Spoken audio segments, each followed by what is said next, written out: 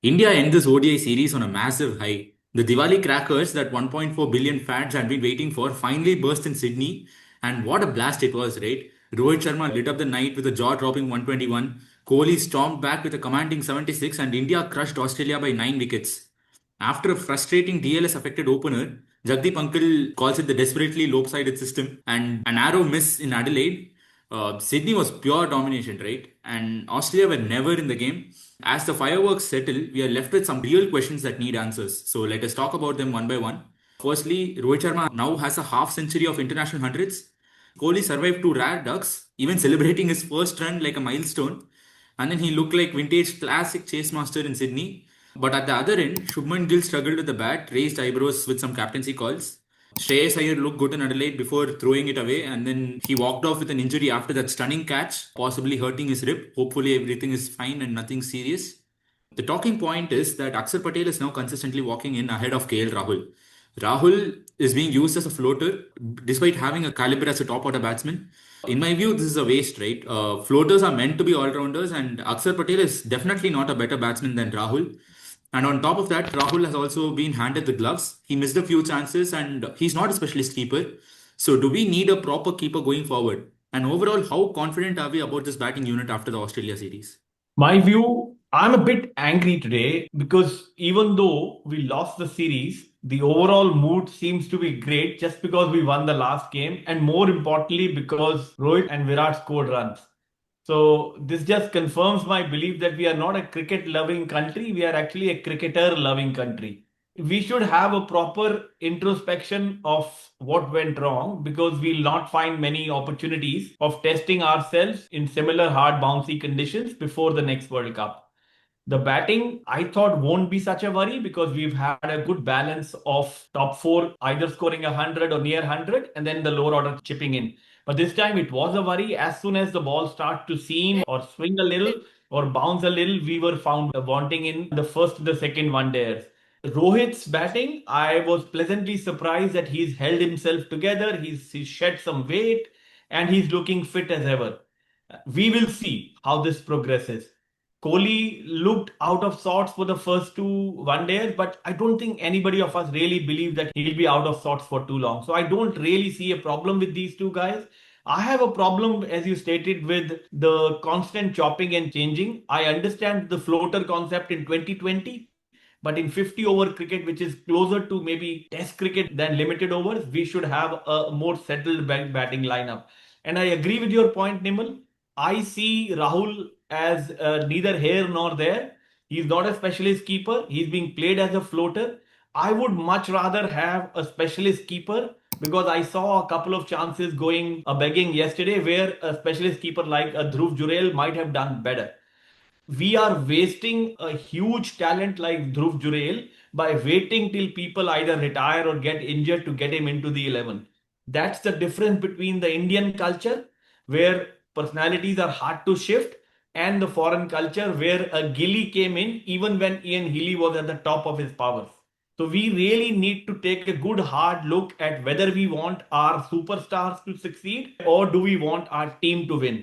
I believe in the latter, but I'm not really sure the management believes in this theory. What more importantly, I would like to say is Rohit and Kohli, they won't be playing any other formats, while other players will be having other formats to play and keep themselves in the group. So what I would like to say is BCCI should strictly ask Virat Kohli and Rohit Sharma to play some list A matches, be it in India or be it anywhere in the world. Let them even play in England, some list A matches for some county teams.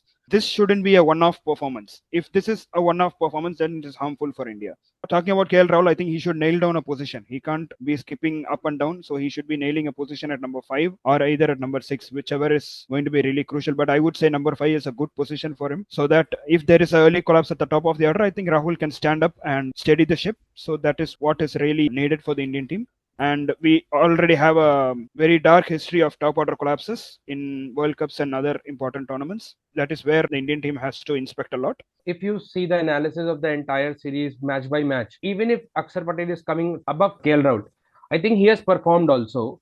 And what I see is like if you see the batting lineup of India, we don't have a specialist finisher as well there. We can only rely upon KL Rahul because Nitish Reddy has just debuted. So I think it was a tactical move, and Axar Patel has flourished in that. And then Washington Sundar, right, surprisingly finished as India's second highest wicket taker, but his batting fell short. Nitish Kumar Reddy, he gave good starts but could not finish games and was dropped for Kuldeep in the third ODI. Kuldeep had to play, right? There is no debate there, but should he have really replaced Reddy and not Washington? If Washington is playing purely as a spinner, then you pick Kuldeep over him, not in place of a seeming all-rounder, right? That is a better resource allocation in my opinion. And Axar delivered both with the bat and the ball, which now makes Jadeja's comeback into the ODI 11 very complicated. Harshit Rana deserves massive credit as well. He smashed a cameo in the second ODI, became the highest wicket taker of the series, and removed short and head in Adelaide ODI, right? And broke through Australia's lower middle order in Sydney, sending back Carey, Connolly, and Owen. A shout out to Prashant Anna and Sodi Uncle for backing Rana when almost everyone else had wrote him off. But the real storm will hit once Hardik Pandya returns, right? All rounders decide the team balance, and India suddenly have too many names for very less spots. How will you solve this puzzle and fit in all rounders in the coming months? The all-rounder debate really has kind of flared up in the tenure of Gautam Gambhir. He clearly values a very long batting lineup at least till number 8, which is a fair call when it comes to 20 overs cricket and to a certain extent for 50 overs cricket. Why I say to a certain extent is because I feel the longer the format, the more specialists will win you the key games or big games. I believe maybe playing a couple of all-rounders, and as Nimal rightly pointed out, once Hardik Pandya comes back, we'll probably have this debate settled. He'll play where Nitish Reddy used to fit in, and we'll play one or two spin bowling all-rounders. So Jadeja is probably ruled out, as I said in my last comment. I don't see a way for him to be included in the 27 World Cup setup. Special shout out to our spinners, especially in the previous game at Sydney. I think the way they strangulated the Australian innings, they attacked the stumps and did not spare any room for the Aussies to operate. I think that was really good from the spinners, actually, especially Axar Patel, Kuldeep, and even Washi had bowled in really tight lengths. Harshit Rana again came on and wiped off the lower middle order of Australia, and it was really good to watch. Good to see Harshit Rana performing. That is what patience gives. If you break down player by player what has happened in this series, if you see what Axar Patel has brought in, he has brought in balance with both with the bat and the ball, right? If you see Washington Sundar, he was very, very effective with the ball, but I think batting has to be on a more improved side. With Harshit Rana coming as the fourth upcoming all-rounder, the type of batting he can give you, what we have seen in the second ODI, bringing up the 32 runs, very crucial 32 runs. So I think they are on the process of maintaining that road to 2027. So it would be a very, very tough call to whom to play and whom to not. And Arshdeep Singh bowled well in the first two ODIs, right? But was replaced by Prasidh Krishna without clear logic. Prasidh has no batting ability, did not impress in England, and apart from that one lucky full toss wicket, he leaked runs at 7.4 an over and still got 7 overs. Meanwhile, Siraj was given only 5 overs. That selection and that spell made no cricketing sense. Bumrah was rested for the series, but this is the same Bumrah who handled the heavy workload of a fierce West Indies test lineup, and then he was still fit for the T20s. Shami continues to be sidelined despite playing domestic cricket. And to make it worse, the chief selector claims that he did not know that Shami was fit. That is an excuse even a 10-year-old kid won't give, right? With the 2027 World Cup approaching, is this really the direction we want to take for a bowling unit?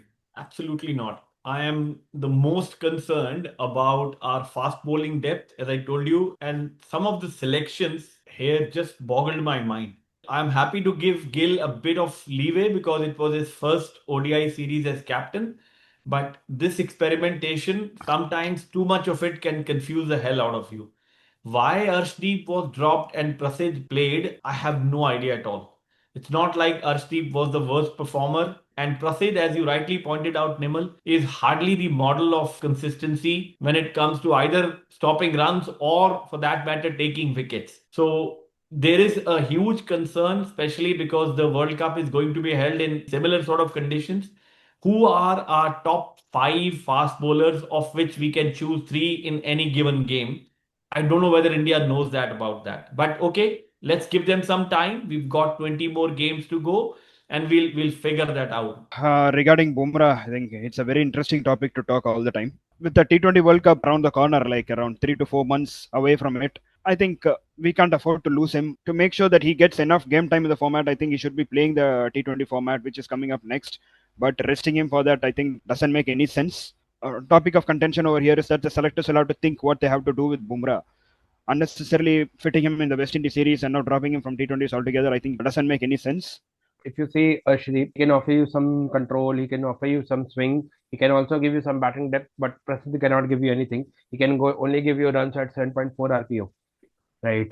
Since Gautam Gambhir took over as a head coach, right, India have lost 2 ODI series, one to Sri Lanka and one to Australia, and won only one series against England. Yes, we swept the Champions Trophy, won all the 5 matches, but those were spin-friendly Dubai pitches. That's one thing to keep in mind. The 2027 World Cup is in South Africa, where conditions behave more like Australia, but with even more unpredictable bounce as the match progresses, right? India have only one overseas ODI series left before the World Cup, which is in England. The road is tough. This is the time to fix things. We have to keep in mind that we have lost this series not to a fully packed Australian 11, but a fairly inexperienced Australian 11, right? The whole batting lineup, if you rule out Mitchell Marsh up in the order and Travis Head, the rest of the batting order is inexperienced. And the bowling attack as well is inexperienced, right? If you rule out Hazelwood and Stark. So these are lessons for us. We should take them ahead. Yes, India dominated Sydney and that win deserves celebration. But for long-term success, we must ask those hard questions about selection, about roles, about clarity of thought. And let us back the men in blue to improve, adapt and conquer every condition, every opponent and every series, right? This is Beyond Boundaries and you are listening to Cricket. Do share your thoughts in the comments, like the video if you enjoyed the breakdown and subscribe for more. See you in the next one. Thank you. This partnership with Roberts, already it's a 90% Indian crowd and two of their champions could get